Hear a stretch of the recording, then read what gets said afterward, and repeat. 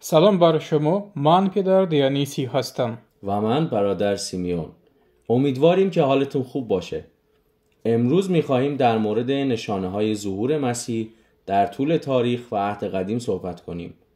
نشانه‌ها، پیشگویی‌ها و امیدواری‌هایی که از قدیم درباره آمدن مسیح در آینده و کارهایی که خواهد کرد و زندگی و نجات بخشی او در قسمت‌های مختلف تاریخ وجود داشتند.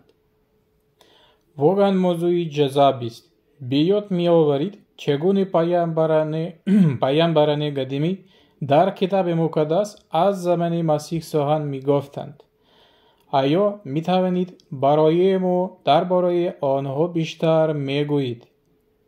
پدر دیونیسی، با کرم شما بله، به یاد میآورم. برای مثال اشعیای نبی در کتاب اشعیا به آینده اشاره کرد و مسیح را به عنوان شاه صلح و شفیع ما توصیف کرد. و از طرف دیگر داوود پادشاه نیز در زبور از فرجامون مسیح و امپراتوری عدل‌آمیزش خبر داد.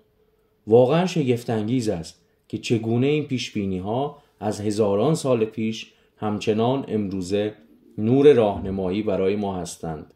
این تحقیقات و داستان‌ها همیشه من را به عمق ایمانم هدایت می‌کنند. البته کتاب مقدس عهد قدیم پر از داستان‌های جالب و پیش‌بینی‌هایی است که به ظهور مسیح و نقش او در آینده اشاره دارد. اینجا چند داستان معروف است. همچنین اشعیای نبی از زمان خود اشاره‌هایی به مسیح داشت.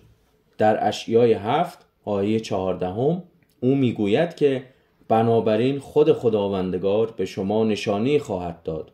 اینک باکره آبستن شده پسری خواهد زاد و او را امانوئل نام خواهد نهاد، که این اشاره دارد به باکرگی مریم مقدس مادر عیسی مسیح که باکره بود و عیسی مسیح را به دنیا آورد. و امانوئل نیز در اینجا در زبان عبری به معنای خدا با ماست و نشان می‌دهد که مسیح از خود خداست و فرزند خدا. و یا در کتاب زبور داوود نبی در زبورها، مثلا زبور 22، داوود پادشاه پیشبینی‌های از صلب و سرنوشت مسیح داشته است که در آینده اتفاق می‌افتد. میکایی نیز از محله بیت الله به آینده اشاره می‌کند و میگوید اما تو ای بیت الله مفراته، گرچه در میان طوایف یهودا کوچکی، از تو کسی برای من بیرون خواهد آمد که بر اسرائیل فرمان روایی خواهد کرد. طلوع او از قدیم و از ایام ازل بوده است. دیگر پیامبران نیز از زمانهای قدیمی تر به مسیح اشاره داشتند، از جمله دانیال که در کتاب دانیال از پسر انسان و ملکوت او در آینده یاد کرده است. همچنین داستان ستاره نما رو داریم. داستان ستاره نما در انجیل متی که از شرق به سوی بیت الله در جستجوی تولد مسیح بودند. این نیز یکی از نشانهای پیشبینی تولد مسیح است. داستان ستاره نما از این قرار است که پیشگویان و دانشمندان قدیمی بر این اعتقاد بودند که به هنگامی که عیسی مسیح و نجات دهنده‌ای که از طرف خداوند ارسال خواهد شد، زمانی که به دنیا خواهد آمد، ستارگان از سمت شرق به سمت بیت الله و اورشلیم خواهند رفت و در این زمان عیسی مسیح متولد خواهد شد. همچنین در اعداد 24:16 ما میبینیم که نوشته شده او را میبینم اما نه اکنون، بر او مینگرم اما نه نزدیک. ستاره‌ای از یعقوب ظهور خواهد کرد و عصایی از اسرائیل برخواهد خاست. او شقیقه موآب را خرد خواهد کرد و پسران شیس را جملگی سرنگون خواهد نمود. همچنین در راستای داستان ستاره نما در سرزمین ایران قدیمی و شهر اورمیای کنونی کلیسای بسیار تاریخی وجود دارد که قبلا معبد زرتشتی بوده و کاهنان این معبد زمانی که ستاره ها را در آسمان مشاهده کردند که ستاره ها از سمت شرق به سمت بیت لحم و اورشلیم می رود، آنها باخبر از متولد شدن مسیح شدند و به سمت بیت لحم و اورشلیم حرکت کردند و سپس به شهر ارومیا برگشتند و در آنجا معبد را تبدیل به کلیسا کردند و کلیسا را بنا نهادند و همکنون این کلیسا در خیابان خیام شهر ارومیه کنونی به نام کلیسای ننه مریم وجود دارد. برادر سمیون، لطفاً در مورد داستان ابراهیم و اسحاق بیشتر توضیح بدید، چرا که همه نشانه‌ها در این داستان بسیار مهم است. البته داستان ابراهیم و اسحاق یکی از داستان‌های مهم و جالب در کتاب مقدس است. این داستان به صورت کلی در تورات عهد قدیم و در کتب تکوین، سفر برایشیت قابل مشاهده است. داستان اصلی ابراهیم که به واسطه اعتقاد و ایمانش به خدا در سنین پیری پسری به نام اسحاق داشت. ابراهیم و همسرش سارا در سنین بسیار پیری بچه‌ای به نام اسحاق داشتند و این نتیجه ایمان و صبر و اعتماد به خداوند بود. اما به دستور خدا ابراهیم باید اسحاق را فدایی کند، یعنی او را به خدا بسپارد. این آزمون سختی بود که ابراهیم برای اطاعت از فرمان خدا آماده شد. این داستان از جهات مختلف با مسیح و میلاد او مرتبط است. برای مثال: 1. آزمون ایمان و فداکاری.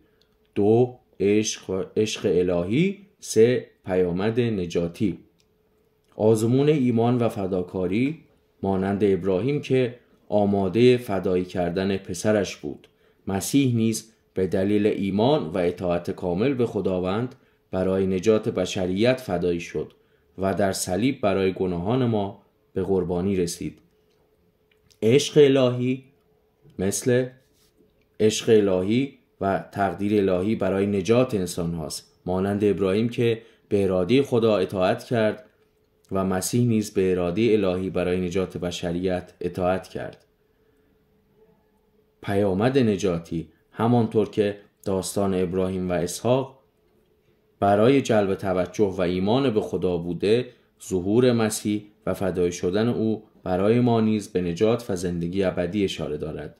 این داستان‌ها و تشابه‌ها نشان می‌دهند که چگونه انسانیت در طول تاریخ از داستان‌های عهد قدیم و مقدس برای درک عمیق‌تر از تکرار و نقش‌های ایمانی خود استفاده کرده است.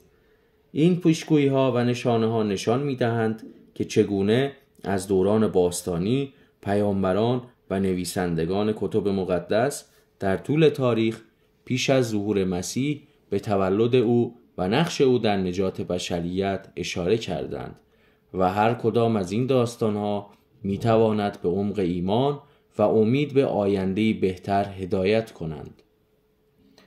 بسیار سپاسگزاریم از شما برادر سمیون عزیز و کسانی که ما را میشنوند از صمیم قلب سپاسگزاریم. این خیلی زیباست وقتی که درباره حقانیت عیسی مسیح میشنویم و میبینیم که مسیح به تمامی فرستاده های خداوند فرق دارد و او خود خداست در شکل انسان و نجات بخش تمامی انسان است. بله، واقعا زیباست.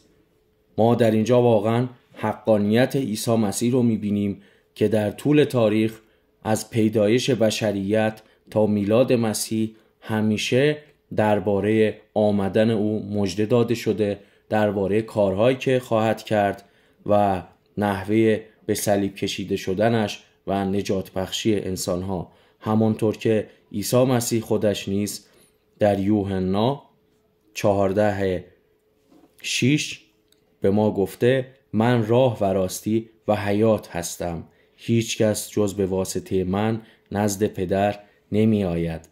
و در 7 گفته: اگر مرا می شناختید پدر مرا نیز می شناختید، اما پس از این او را می شناسید و او را دیده اید. و این مهر تایید بر تمامی این پیشگویی ها و صحبت هایی که در کتاب های مقدس دیگر قبل از میلاد مسیح شده است. من هم تشکر می کنم از شما پدر عزیز. با برکت شما و عزت و جلال خداوند از شما عزیزان نیز سپاسگزاریم که همراه ما بودید و به امید دیدار در پادکست آتی.